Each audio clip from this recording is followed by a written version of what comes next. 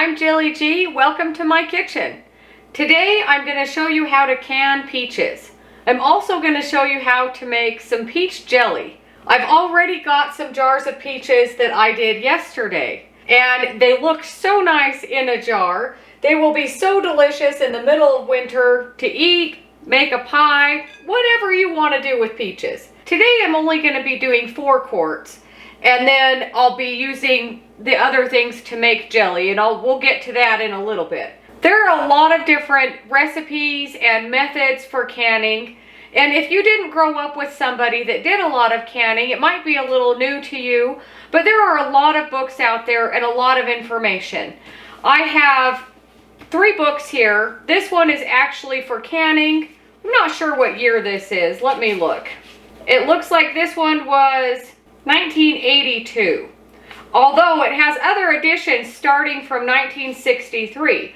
But there is a chapter in here that talks about older methods that are not considered safe anymore. So I think that's interesting. This Fanny Farmer cookbook, it's really old. And this one also has a lot of canning recipes in here. Jams, jellies, all kinds of things. And then you've seen me use this book before. This one was my mom's. This is actually from the Care brand jars. And this one is from the late 70s. Because they're all kind of around the same time frame except for the Fanny Farmer, these two have really similar methods. And even though this one is pretty small, it has every instruction that you need to get set up, get started, and on from there. And so does this one. This one, of course, is a cookbook that has some canning things in there. But whenever I'm starting a recipe, if it's something that I haven't done before or I haven't done in a long time, I like to look at a lot of different options. And of course, nowadays online, there's so many different things out there. A lot of people have different videos. So I'm just showing you what I'm doing today and how I do it. And one of the things I really like about this book is it actually has a whole section on diabetic canning. I am not diabetic, but it has an area where you can do a lot of canning that is sugar-free. And it uses honey or some other kind of sweetener.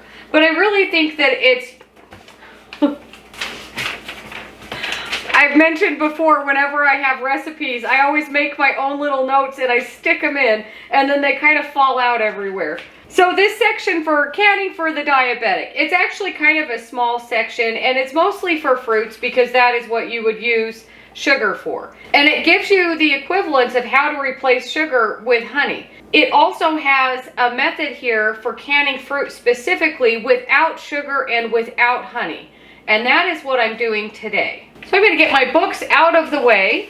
And then in this really large jar, I ended up making more than I thought I would need. And it ended up being a lot more. And this is just fruit juice. There's other methods of canning fruit in grape juice or some other kind of fruit juice. So I measured 12 cups of water to about 3 cups of fruit. And as it heated up on the stove, I mashed it with my potato masher just to break up the fruit. I wasn't going to use the fruit, but I just wanted to get as much flavor and fruit juice out of the fruit. And then I did put in the juice of 1 lemon. And this is my fruit juice. Usually I have my jars in a pot of really hot water, and I get them sterilized, and then I pour in the hot liquid. This is considered a raw pack, and so I'm not heating up anything. I'm just going to cut up my peaches, put them in the jar, pour on the juice, and then we put them in the big water bath canner, and then bring all of it up to a boil at the same time. This is not even on yet. So if you're just beginning to start canning, they have these large pots. You've seen my other big pot. It's back there actually on the counter, way back in the back. That's the one you've seen me use the most. But they also make these tall, skinny ones that, at least for me, they fit quarts a little bit better. Because you do need to have water that will come at least an inch over the top of the jars. So this size is better for quarts. Although you can't get as many in, I can get 5 in this size. And then a lot of these kinds of canning pots, they come with a rack, or you can buy a rack. I don't have any of the racks that fit either size of my pots. So all I do, got my lids ready, all I do is I have some old rings. So I just put enough in the bottom that they're not skiwampus, but they're all laying flat, and then your jars will just rest on top of those. So that is something you can do if you don't have a rack. So I've got my pot here. It was about halfway full with water, and then I've got the rings in there. You don't want your jars to touch the bottom of the pan. For what I've read, it will produce uneven heating, and it could possibly cause the jars to break. You want to have some sort of rack in there. I know some people use some kind of cake rack if it will fit in there. I've heard of people using a piece of wood, something that will fit in there. Again, there's a lot of information out there on what people are using besides what I'm doing. So all I'm going to do right now is I've got my peaches here that are washed and ready to go. I got a couple of different varieties of peaches. I think it was a Goldhaven and a Suncrest. And they're freestone, which means that the pit comes out freely. And all I'm doing is I'm cutting my peaches in half and then in quarters, and that makes them really easy to peel.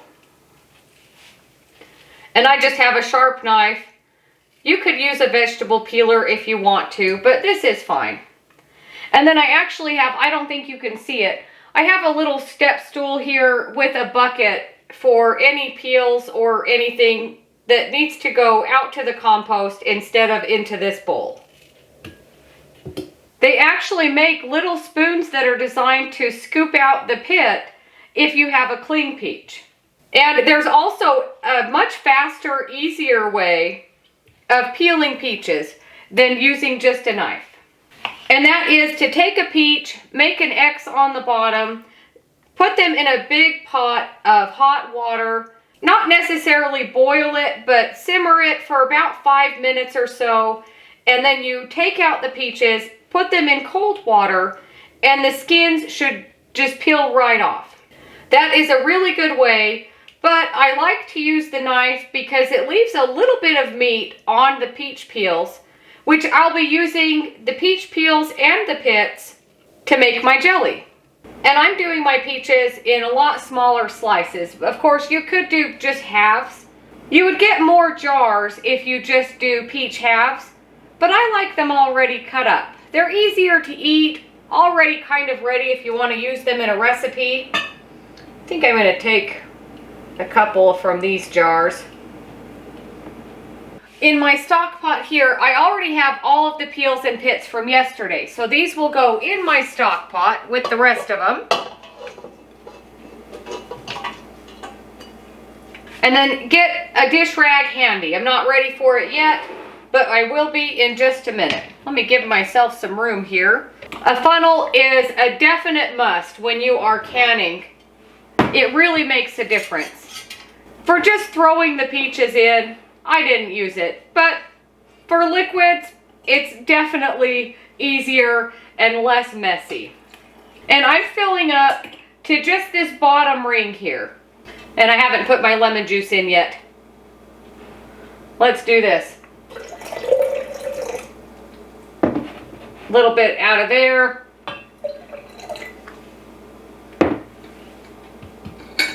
Be more prepared than me. And then I just have a little strainer and a little measuring cup and a fork to squeeze out my lemon juice. I don't want any seeds in my jars of peaches. So now I'm just going to put, that was 1 lemon. I'm just going to put a little bit in each jar. If you don't like lemon juice, you don't have to use it. They have other products that you could use that would prevent your fruit from changing colors, but I like the lemon juice. So now let me top off these jars.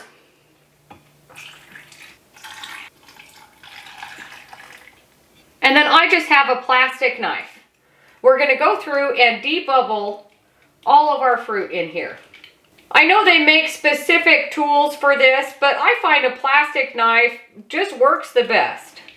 They don't recommend using a regular metal butter knife.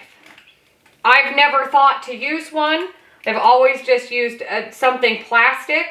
If you use just a regular silverware knife, it could scratch your jar and possibly cause it to break during the processing. And even on my jars from yesterday, I thought I had done a really good job of debubbling my jars. but there's still some bubbles in there. So just do your best. And then sometimes after debubbling, you might need to add a little bit more liquid because it gets in better between the fruit. And I think I can add a little bit more juice in a couple of these. So now with my dish rag, I'm going to wipe the rims. Just make sure there's no juice on the outside, on the top or around where the band will go. I've seen some people use vinegar to make sure the rims of their jars are completely clean, but I find that a nice wet, warm dish rag does the job just fine. And the whole purpose for wiping off your rims is so your lid gets a really good seal. With something sticky like fruit or anything really, if you don't have a good seal, then your food is not preserved and all of this work and effort is for nothing. Or you just have to eat it really fast. So I've got my lids and my bands, and we just go finger tight.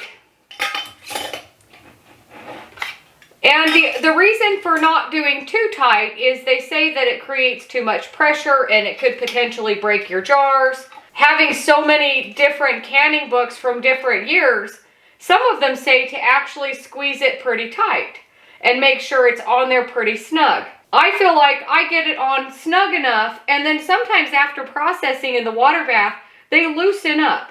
So finger tight is what they recommend as I'm tightening these more. So we'll just go in the pot. And I'm not sure if you can see my rings in the bottom for these to sit on. And it's about halfway full of water. And just very gently, carefully put them in there. We want enough water to come up about 1 inch above the jars. And I'm not sure if I mentioned or not, I always wash my jars the morning of or the night before I'm going to use them. I wash my jars, my lids, my rings. Even though after I eat whatever food is in them, I wash them, and I actually wash the lids and the rings and then store them empty with the lid and the ring. Even though reused lids are not recommended safe for canning, they are still good for other things. But it also prevents a lot of dirt and dust to get in your jars. Spiders will get in your jars. I'm going to put the lid on and turn it on to high. We want this to come to a rolling boil. Once it starts boiling, I can turn the heat down to about medium and maintain the rapid boil. And then once it starts boiling, we will start timing for 35 minutes. For peaches, it is actually 25 minutes of processing in a boiling water bath. For my altitude, I have to increase that by 10 minutes. So my processing time is 35 minutes. There are a lot of charts in books and online of what your recommended water bath time is for your altitude. So always keep that in mind when you are canning. And another thing is I always use a lid. It keeps the water from boiling all over the place and burning you and making a mess all over your kitchen, but it also keeps the steam in, and I think helps it to keep the water boiling at a steadier boil. In some of those old canning books that I have, there is a method called open kettle processing or canning, and that's where you don't have a lid. And it's actually not recommended anymore, but I never used that method to begin with. So while we're waiting for this to come up to a boil, I've got my pits and my peels in my large pot over here. I'm going to add the rest of my peach juice that went in my peach jars.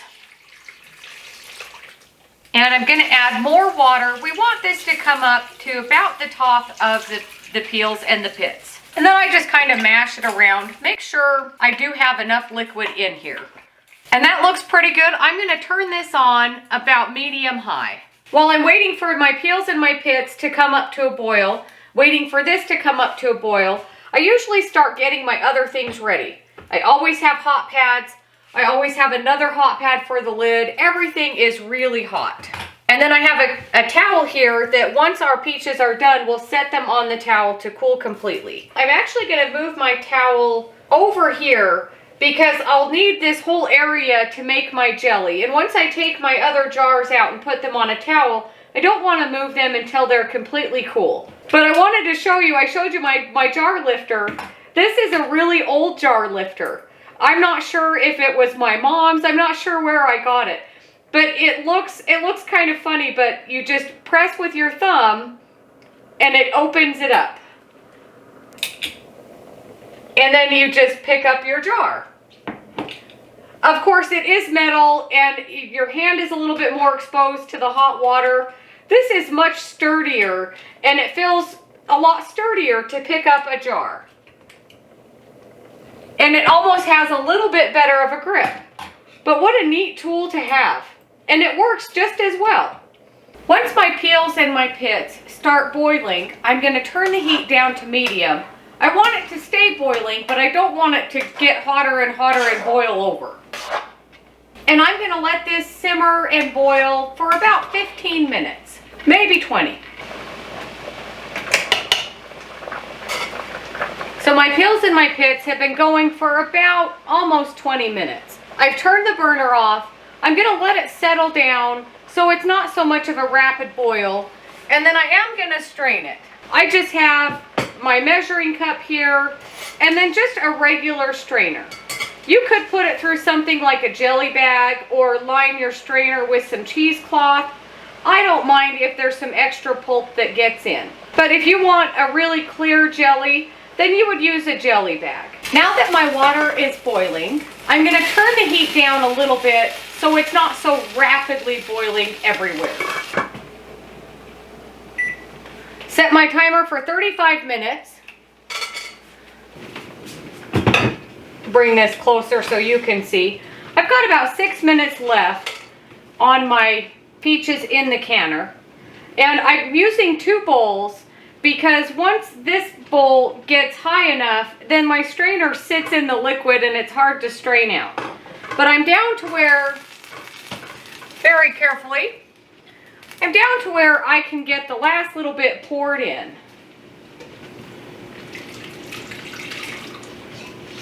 And then I just very carefully stir it around, and it's still steaming.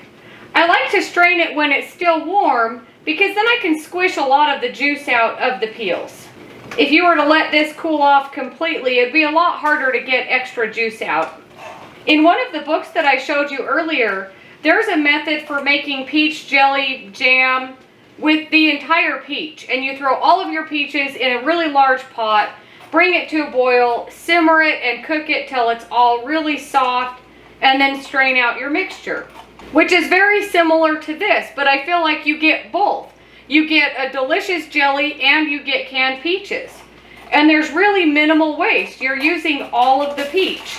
Of course, this will all go in the compost pile or in the garbage or whatever, but you get as much peach flavor and delicious jelly and peaches that you can. And then I've juiced my other 2 lemons, so I've got about a 1/4 cup of lemon juice that I'll be adding to this mixture.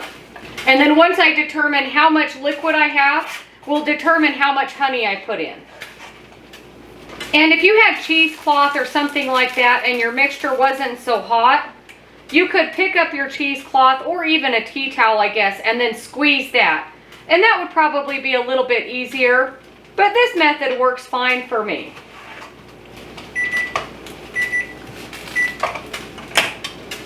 So now that my peaches are done, I'm going to take the lid off very carefully. Steam will burn you. And just let this settle down for about 5 minutes or so. Once it stops boiling, then I'll take my jars out and put them on the towel. And in the same pot, I didn't wash it. If there's anything stuck on the bottom or anything like that, remove that. But I'm going to be cooking the exact same thing in there minus all the solids. So I don't really see any need to wash it. So I've got 8 cups so far.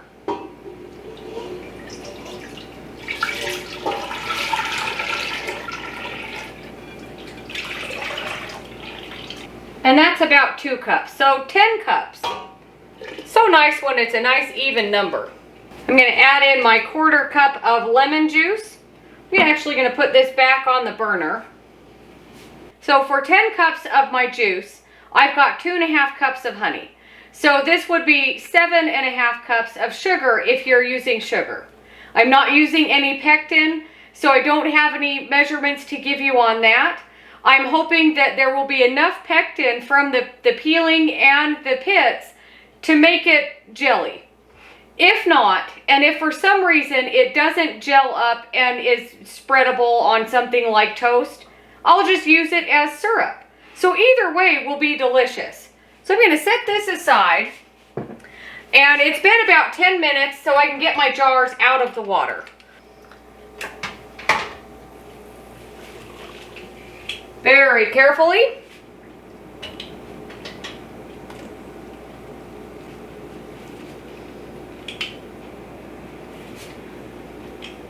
I've always put my hot jars on a towel. For one, they're wet, they're hot. I don't have enough hot pads. Hot pads are a little bit lumpy, and a towel has always worked the best for me. In reading some of my canning recipes, it always says to put them in a draft-free, not extreme temperature change place. If you take them from a hot boiling kettle and put them somewhere on a cold, hard surface, it might crack your jars. Again, this is the reason for the towel. I've never had any jars crack, but just safe practice, don't move them from one extreme temperature to the other. So now we just wait for them to cool off. They should seal. It doesn't look like any of them have sealed yet, so we'll just listen for that sound. Later tonight or tomorrow, when they've cooled off to room temperature, I usually wash the jars off. My water here is pretty hard water, so it usually leaves a film on the jars. So I'll wash those off, and then when they're cooled completely and they have sealed, I'll label on the jars for storage, just like I did for these ones. So now I've got everything ready for my jelly. I've got my peach juice, I've got my honey. I have a saucepan back here with all of the lids needed for my jars. All of my jelly jars are in this pot with water. I'm going to turn my lids on to a very low temperature. We don't need them to be boiling, we just want them to be hot. And I don't know how long it will take for my jelly to be jelly, so it's okay if it's just on low. For my jars, I am going to turn them up to about medium just to get this water up to a boil to sterilize my jars. I've got it about halfway full of water with my jars in it. Once we are taking our jars out to put the jelly in them, then they'll go back in for processing, but I don't want the water to be too full. So it's okay if I have to add a little bit more, but it's kind of hard to take water out. So I'm going to put the lid on, and I don't really know, I didn't do any math to determine how many jelly jars I'll be using. I just filled up the pot with clean jelly jars, and we'll see if I use them all or not. And then I've got all of my rings in this bowl. So my hot pad over here will be for the hot pot with the jelly. This hot pad will be for the lids once they're warmed up. So there is my funnel, there's my ladle. I also have a magnetic lid lifter. If you don't have a magnetic lid lifter, tongs work really well for the lids. Or if your water's not super hot, you could just pick them up. And I have one of these. This is, you could use this end as a debubbler for your fruit. I like using a plastic knife better. It's a little bit thinner. But this also has measurements here. Once our jars are ready, you can measure how far from the top you need to fill your contents. So that's really helpful. So I'm just going to pour in my 2.5 cups of honey. And I added in the 1/4 cup of lemon juice just to make sure it has enough acidity. And I think lemon juice is really good with jelly and fruit. It kind of brightens everything up. So I'm going to turn my peach juice and honey and lemon juice onto about medium-high. We want this to rapidly boil until it reaches the jelly stage. Again, I'm not using any pectin. There's a couple of different methods that you can do to find out if your jelly is turning into jelly. And one is you have a small dish or a plate in your fridge or freezer, and then when you think it's gelling enough, you can take a little bit out and pour on that cold surface, and if it gels into gel, then you've reached your jelly stage. You can use some kind of candy thermometer, or you can just use a spoon. Just a regular spoon, and it actually shows in one of my books that you dip your spoon in, and if it runs off, it's too liquidy. If it really slowly runs down the side, then it's ready. So that's the method that I'm gonna use. So I've got my spoon ready, and you don't really have to stir this constantly. I'm just stirring this to make sure the honey is getting dissolved. It was still a little bit warm, so it dissolved pretty quickly.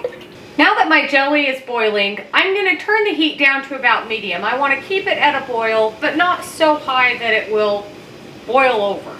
I decided, just for fun, to do the cold plate test as well as the spoon test. I'm pretty sure this will end up being syrup rather than jelly, but that's okay.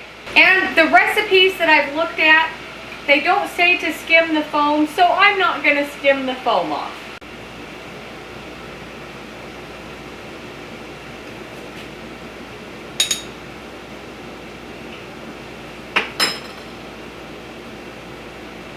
It is getting a little thicker, and my jars are in here boiling.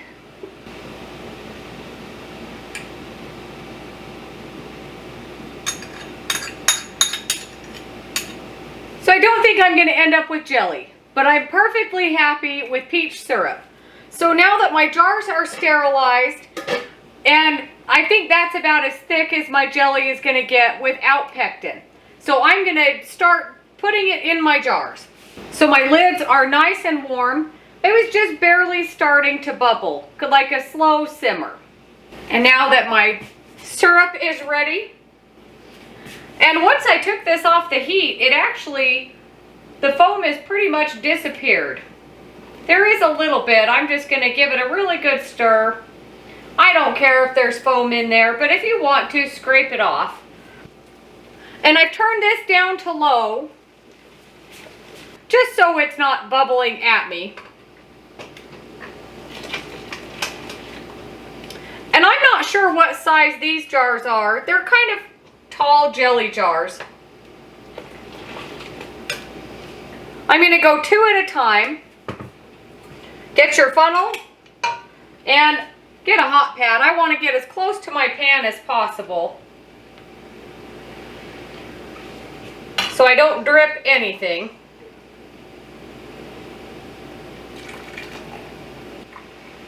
So as I mentioned, we want to go a 1/2 inch from the rim. And I've got my little tool, a 1/2 inch is right here, so we'll just go in there. And it looks like I could go a little bit more, but I'll call that one good. So now wipe the rim, get a lid, get a ring, finger tight, back into the water. Get my next jar ready and keep going. Let's see if I did a better job measuring this time. Oh, I did about the same as last time. If you're like me and you've done enough canning, you kind of get a feel for how much from the top of the jar it should be. If I'm a little shy, that's all right. So clean off your rim. Use the magnetic end of your lid lifter. Get your lid, get your ring. I'm going to get out my next jar and then put this one back in. It is such a pretty color. I had a lot more jars ready than what I'm going to be using. Wishful thinking, I think. I think I can just pour the rest of this amount in here. Even though I could put a lid on and process this one, I'm not going to. I'm going to save this one to eat. So now that I've got all of my jars with lids in there, I'm going to turn the water back up to high, bring this back up to a boil, and then it can process for 5 minutes. Now, that's what the recipe says, 5 minutes in a water bath.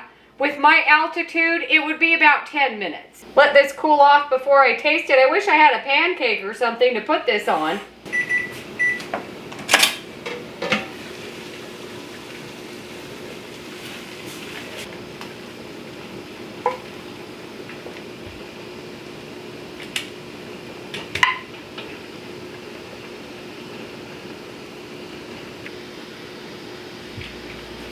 There we go.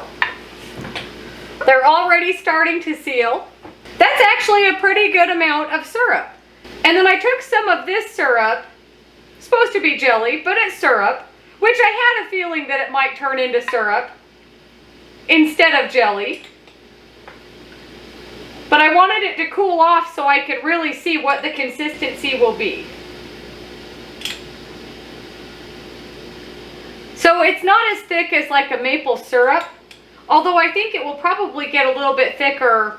For example, I'll store this jar in the fridge, and so I think it will get a little bit thicker as it cools off even more.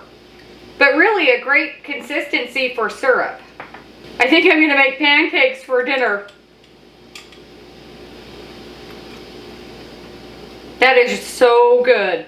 That has so much peach flavor. I don't really know how sweet it would be if I had used all of the sugar amount that it called for. But I'm not really tasting very much honey. In my one canning book where it talks about canning with honey, it says specifically if you use too much honey, it will take over the flavor of your fruit or whatever you're using, and then that will be the most dominant flavor. So far in all the canning I've done with honey, I don't notice a honey flavor, just the fruit is coming through. And I think the lemon juice really helps it brighten up a little bit. I love stuff like this where you can put it on your shelf. So many uses for canned peaches. And one of the things I like about this the most is that it is just peaches in peach juice. There is no added sugar. There's no sugar at all, not even honey. And these will be delicious just straight from the jar. And my syrup, I'm so excited about this. Whether it's jelly or syrup, you can use them almost the same way. You could pour syrup on your toast if it's French toast. Pour this into oatmeal. So many possibilities for a peach syrup. Cheesecake, pour it on some cheesecake. That would be delicious. In fact, I want to taste it again. So delicious. I think it's such a wonderful way to use the entire peach. Even if you're just going to throw the peels and the pits away, why not make something delicious out of them? And then throw them away. This way you get two uses out of one thing. And you can do this with other fruits. It doesn't just have to be peaches. Or you could actually do this with a combination of fruits. Let me know if you can fruit. Let me know if you follow recipes or if you follow a family member that taught you years ago. I think it's so fascinating how tried and true ways are now considered unsafe. I follow what method I feel is safe for me. I encourage you to do your own research and see what method works best for you. I've always enjoyed canning and preserving and doing things like this. And even more so now where grocery prices just keep going up and up. If I can stretch my dollar even further by making two recipes out of the same fruit, that is such a win-win for me. And this will last, hopefully, until next season when peaches come back again. And even if you're a brand new canner and you don't have any of the supplies, it's a one-time cost, really. It's one time to buy your canning pot, one time to buy your supplies, and then you've got them for many, many, many years. Of course, if you use all of your jars, you'll need to buy more jars, but you have the basic tools to do what you need. And I showed you my canning books earlier. One is from my mom, but the other two I got at thrift stores for $1 or even $2. And even though those canning books are out of date and they might not use some of those methods now, it's still a useful tool to look and see what actually worked. There's a lot of products nowadays, like pectin, that people use that they didn't ever have years and years ago. So I think it's a useful thing to know how to use both of them. Pick your favorite, whichever one you like.